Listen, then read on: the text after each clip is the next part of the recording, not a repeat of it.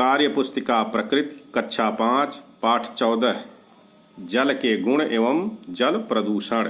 पहला प्रश्न, अपनी कक्षा में चर्चा करके लिखिए कि आपने दैनिक जीवन में सरलता से पानी के बहने की व्यवस्था किन किन जगहों पर की हुई देखी है। तो उत्तर लिखेंगे, घरों से निकलने वाला पानी, सड़क किनारे बनी नाली आदि जगहों पर पानी के निकलने की व्यवस्था होती है।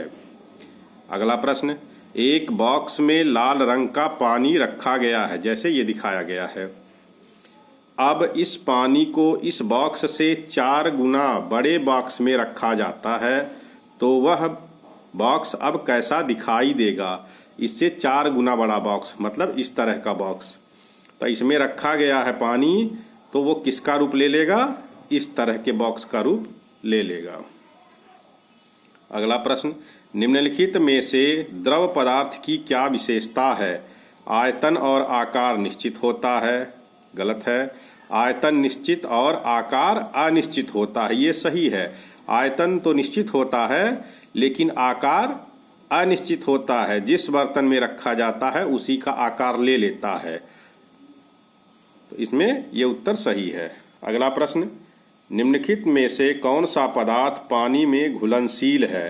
बालू, नमक, ईंट, पत्थर। तो इसमें नमक घुलनशील है। अगला प्रश्न है, आपकी कक्षा में की गई गतिविधि के आधार पर पानी में विलेय तथा अविलेय वस्तुओं के नाम बॉक्स में लिखिए। तो ये देखना है कौन सा विलेय है कौन सा अविलेय है। तो इधर वस्तु का नाम है, फिर पानी में पूरी तरह विलेय, पानी में पूरी तरह विलेय नहीं, पानी का रंग बदल जाता है, पानी का रंग नहीं बदलता है। तो ये गुण लिखने हैं इसके। तो जैसे नमक है, ये विलेय है और पानी का रंग बदल जाता है। चीनी विलेय है, पानी का रंग बदल जाता है। बालू विलेय नहीं है, तो यहाँ क्रॉस कर देंगे या इसमें सही का निशान लगा देंगे, ऐसे भी कर सकते हैं। और पानी का रंग बदल जाता है। खड़िया विलेय नहीं है, अविलेय है और ये रंग बदल देता है। डीजल विलेय नहीं है, रंग भी नहीं बदलता। सरसों तेल विलेय नहीं है, चाहे तो इसमें निशान लगा सकते हैं और रंग भी नहीं बदलता। फिटकिरी विलेय है और पानी का रंग भी बदल जाता है। इस तरह से आप लिख सकते हैं। इसमें आप अलग नाम भी लिखकर उसके गुण लिख सकते हैं। अगला प्रश्न, पानी से भरे हुए एक गिलास में 5 चम्मच चीनी डालने पर वह घुल जाता है, क्यों। उत्तर है, जब हम चीनी को पानी में डालते हैं तो चीनी के अणुगत विकिरण और पानी के अणुगत विकिरण एक समानांतर समाधान बनाते हैं, जिससे चीनी पानी के साथ मिश्रित हो जाती है। इस विधि से चीनी और पानी के बीच एक समानता उत्पन्न हो जाती है और चीनी पानी में घुल जाती है। अगला प्रश्न, निम्नलिखित विलेय तथा अविलेय पदार्थों को वर्गीकृत कीजिए। तो ये नाम लिखा है, इसको वर्गीकृत करना किसमें, विलेय पदार्थ में और अविलेय पदार्थ में। तो विलेय में लिखेंगे चीनी, दूध, नमक, नींबू का रस और गुड़। अविलेय में मिट्टी का तेल, उबले हुए चने, कांच, चूना, चाक, साबुन, मोम, चाय की पत्ती, हल्दी, घी, ये अविलेय हैं। अगला प्रश्न, आपकी कक्षा में की गई गतिविधि के आधार पर पानी में तैरने वाली तथा डूबने वाली वस्तुओं के नाम लिखिए। तो पानी में तैरने वाली वस्तु और पानी में डूबने वाली वस्तु, इनको गतिविधि करना है, इन सबको डुबा के देखना है। तो आप यहाँ लिख लेंगे कौन सी वस्तु डूबेगी।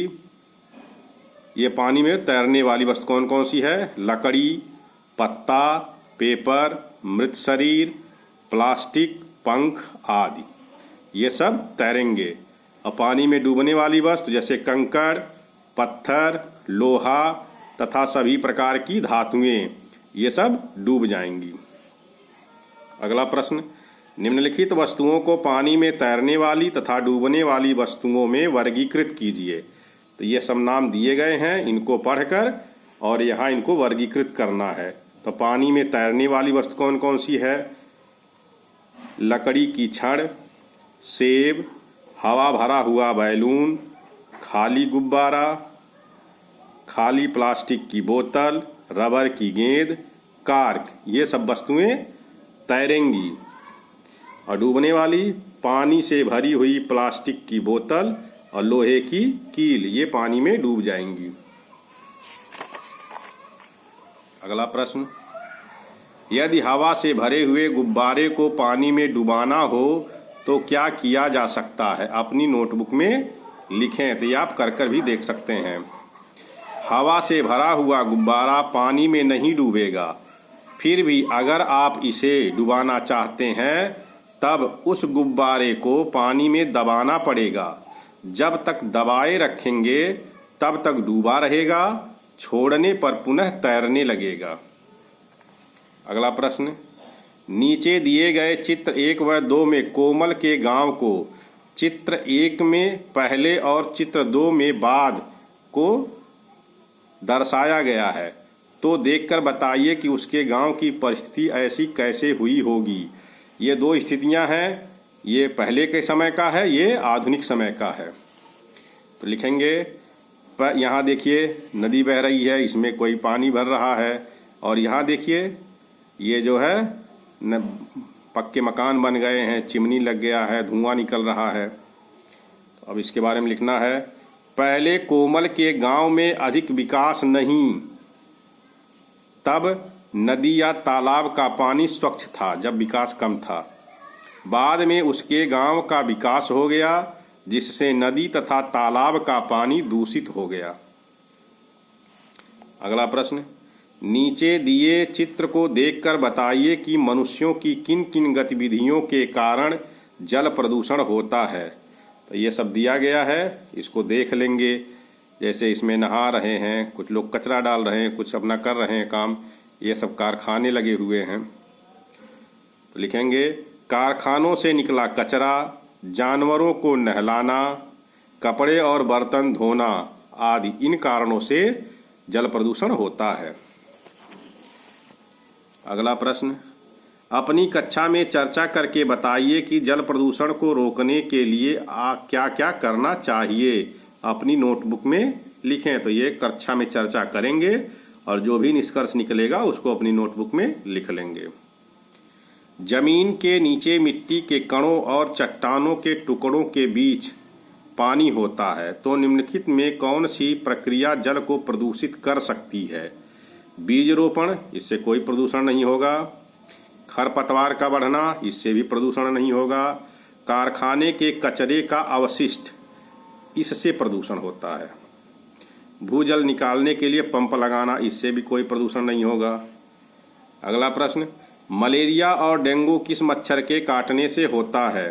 तो लिखेंगे, मलेरिया मादा एनाफिलीज और डेंगू एडीज मच्छर। अगला प्रश्न, किन जगहों पर लोगों में मलेरिया होने का डर अधिक होता है? जहां गंदगी होती है वहां रहने वाले लोगों को, सही है। कारखानों के आसपास रहने वाले लोगों को, ये भी सही है। जल जमाव के पास रहने वाले लोगों को, ये भी सही है। तो तीनों उत्तर सही हैं, तो यहाँ हो जाएगा उपरोक्त सभी। अगला प्रश्न, टाइफाइड किस से फैलता है? तो उत्तर लिखेंगे, अशुद्ध पानी, अशुद्ध खाना तथा संक्रमित व्यक्तियों के संपर्क में आने से टाइफाइड फैलता है। अगला प्रश्न, नीचे दिए गए लक्षणों में से कौन से टाइफाइड के लक्षण हैं? ठंड लगती है, पैर में दर्द होता है, बुखार आता है, पेट के ऊपर और शरीर के अन्य भाग में फफोले पड़ जाते हैं। तो इसमें ठंड मलेरिया में लगता है। तो 2, 3 और 4, ये 4 उत्तर इसके सही हैं। तो 3 उत्तर 2, 3 और 4, तो इसमें 2, 3 और 4 अर्थात ये ब वाला सही है। अगला प्रश्न है, मलेरिया से बचने के लिए निम्न में से जो उपाय करना चाहिए उसके सामने सही का निशान लगाइए। सोते समय मच्छरदानी का उपयोग नहीं करना चाहिए। तो तो ये गलत है, करना चाहिए। मच्छर को रोकने के लिए खिड़की और दरवाजे पर जाली लगाना चाहिए, सही है। घर के अंदर कचरा इकट्ठा करके रखना चाहिए, ये गलत है। मच्छर मारने की दवा का छिड़काव नहीं करना चाहिए, ये भी गलत है।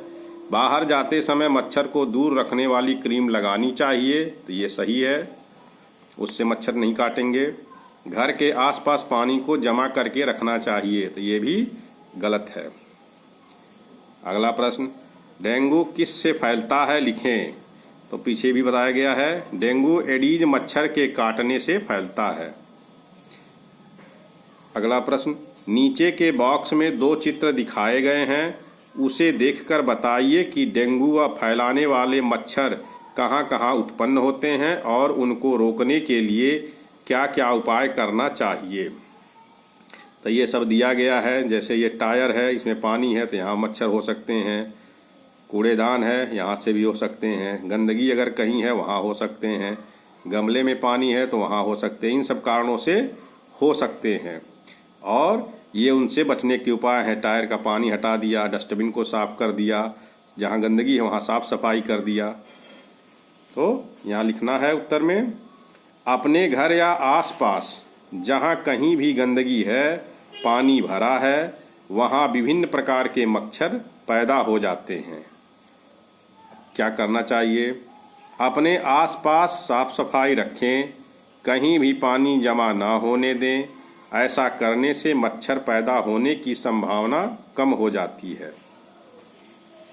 अगला प्रश्न, चिकनगुनिया के बारे में अपनी नोटबुक में लिखें। तो ये इसके बारे में लिखना है, यह किसके द्वारा होता है।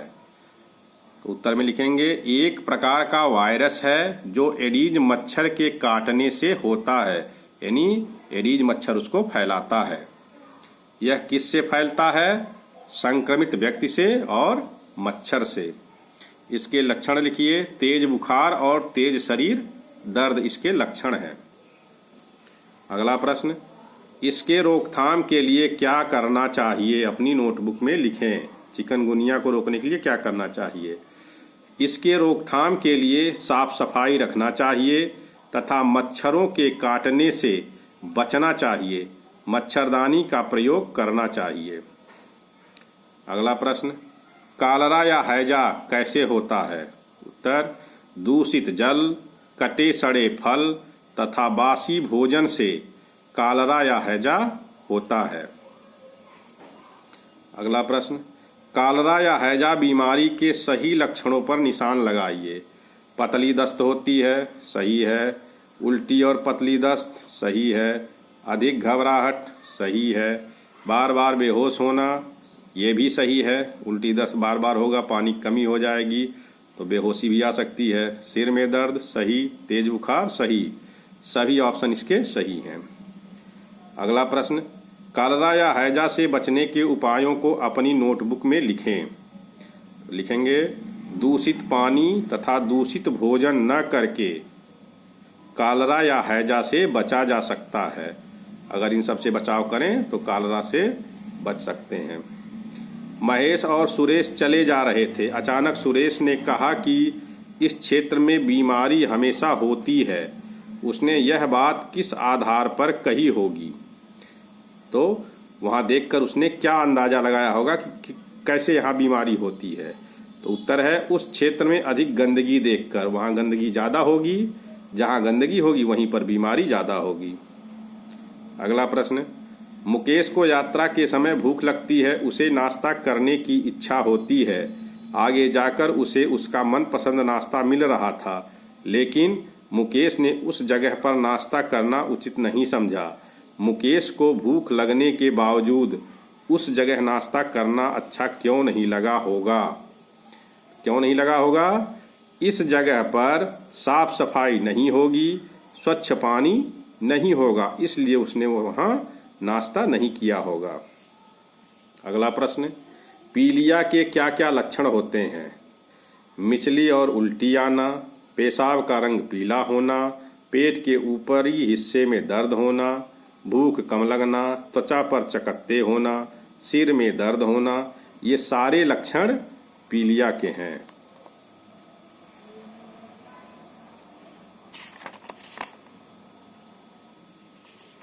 अगला प्रश्न है, पानी की अविलेय अशुद्धियों को दूर करने के लिए निम्न में से किस विधि का उपयोग करेंगे, क्यों? अविलेय मतलब जो उसमें घुली ना हो, तो छान कर, गर्म करके, क्लोरीन पाउडर डालकर, ब्लीचिंग पाउडर डालकर। तो इसको साफ करने के लिए सबसे अच्छी विधि है छान कर। उत्तर लिख देंगे, पानी से अविलेय अशुद्धियों को दूर करने के लिए उसे छानना पड़ेगा। अगला प्रश्न, पानी के शुद्धिकरण के लिए निम्नलिखित में से क्या करना चाहिए? पानी में नमक मिलाकर ढककर रखना चाहिए, पानी को छानकर और उबाल कर रखना चाहिए, पानी में नमक मिलाकर धूप में रखना चाहिए, पानी को साफ बोतल में भरकर फ्रीज में रखना चाहिए। तो पानी के शुद्धिकरण के लिए पानी को छानकर और उबाल कर रखना चाहिए। ये उत्तर इसका सही है। अगला प्रश्न, आपके मित्र के घर में पीने के पानी को शुद्ध करने के लिए किस विधि का उपयोग किया जाता है? तो उत्तर लिखेंगे, पहले पानी को उबालकर ठंडा किया जाता है, उसके बाद पानी को छान लिया जाता है। आप चाहें तो पानी में कीटाणुनाशक टैबलेट या क्लोरीन मिला सकते हैं। अगला प्रश्न, नदियों का पानी हमारे घरों तक पहुंचने से पहले किस प्रकार शुद्ध किया जाता है? उत्तर है, नदियों का पानी कई विधियों से साफ किया जाता है। जैसे यहाँ लिखा हुआ है, पहला है छानकर, दूसरा उबालना, तीसरा जीवाणुनाशक टैबलेट का प्रयोग और चौथा क्लोरीन का प्रयोग आदि। इन सब विधियों से हम नदियों के पानी को साफ कर सकते हैं। इस तरह से आप पूरे एक्सरसाइज को कर सकते हैं।